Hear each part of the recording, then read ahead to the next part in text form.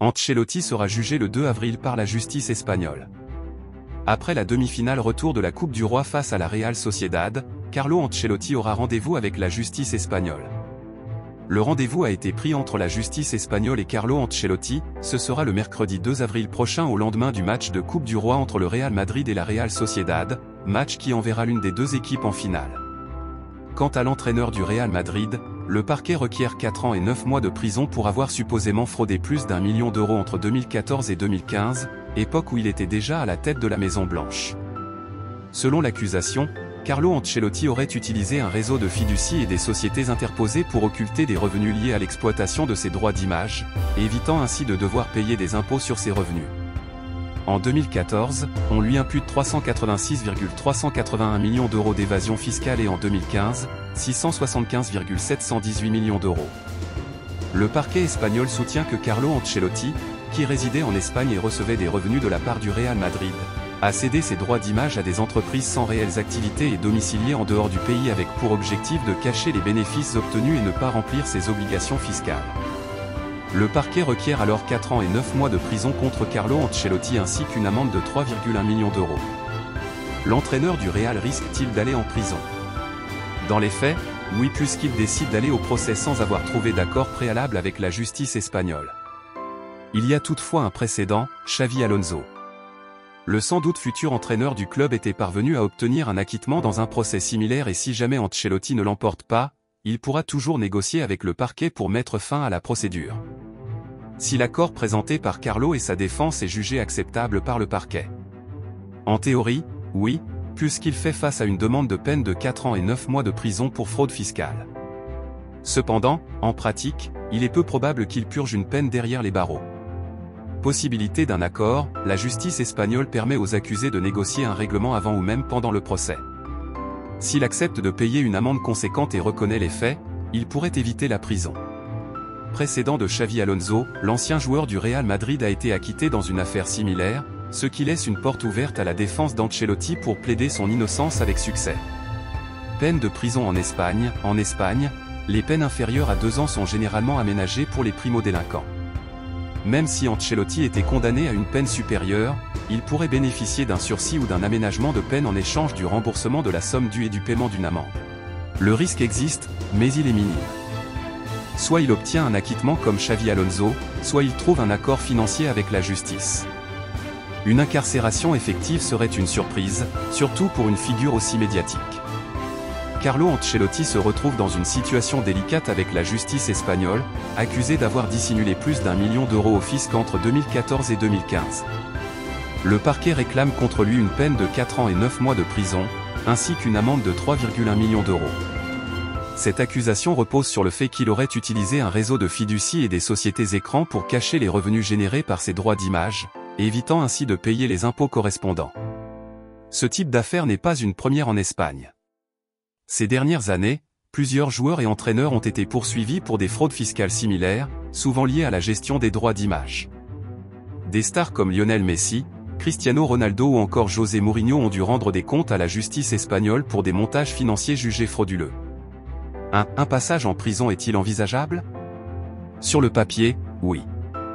En Espagne, une peine supérieure à 2 ans peut théoriquement entraîner une incarcération effective, surtout en cas de récidive ou si le condamné ne parvient pas à trouver un accord avec la justice.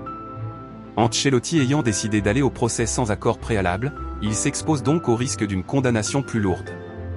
Les négociations restent possibles, même s'il va au procès, Ancelotti et ses avocats pourraient toujours trouver un terrain d'entente avec le parquet avant la fin de la procédure.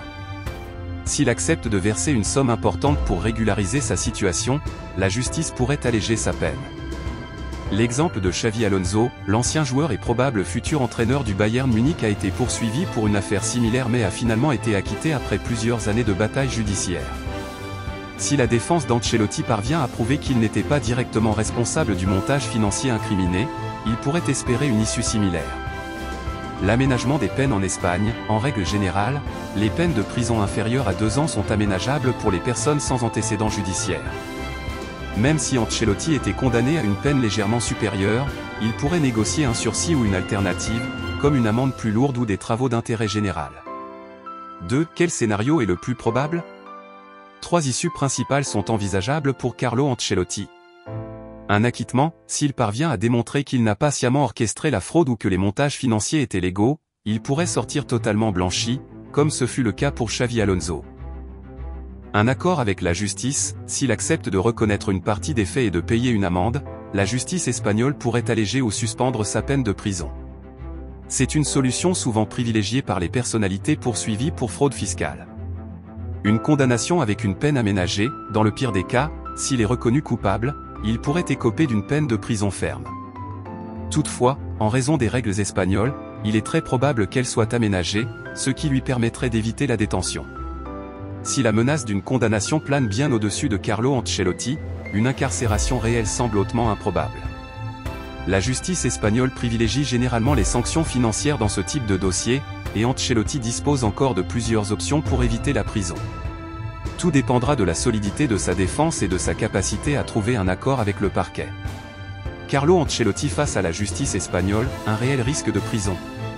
L'entraîneur du Real Madrid, Carlo Ancelotti, se retrouve dans une situation juridique délicate.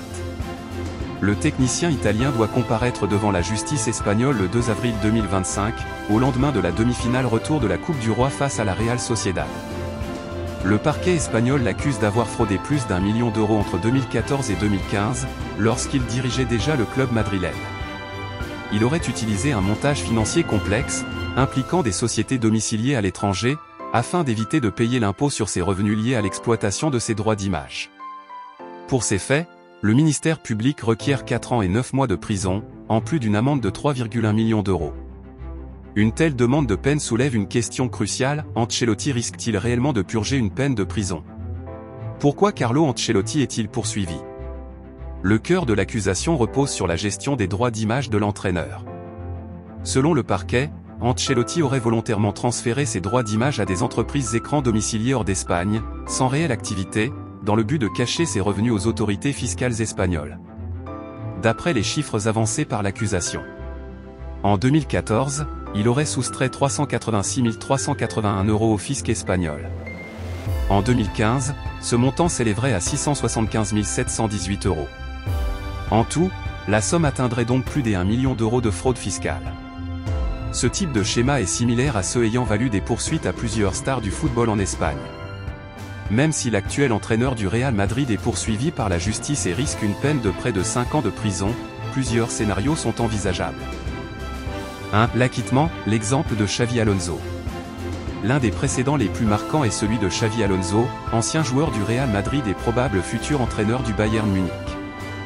Poursuivi pour une fraude fiscale similaire, il avait refusé de négocier un accord avec la justice et avait choisi d'aller jusqu'au procès. Finalement, après plusieurs années de procédure, il a été acquitté.